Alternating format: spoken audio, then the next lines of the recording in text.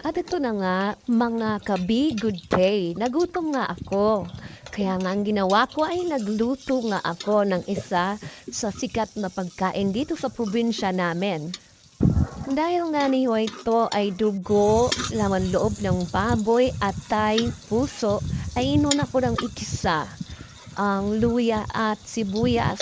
Then, I follow the onion at ang siling haba. So, ayan na nga mga guys.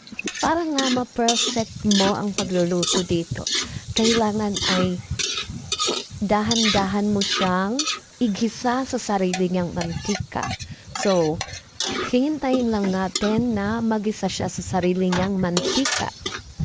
At pagkatapos nga niyan ay maglalagay tayo o mag-a-add tayo ng kaunting toyo para naman magkaroon ng medyo maalat-alat na linamnam ang ating niluluto. Ito nga pala ay, ang tawag namin dito ay paklay dito sa Samar, lamang loob ng baboy.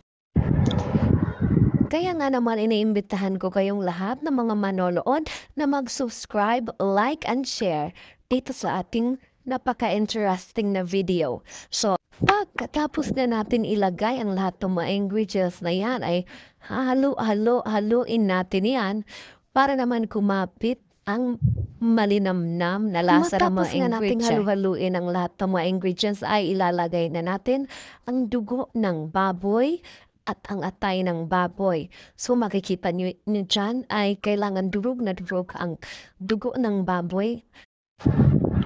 So pagkatapos nga nating durugin ang dugo ng baboy para kumapit ang malinamnam na lasa nito, ay maghihintay tayo ng ilang segundo.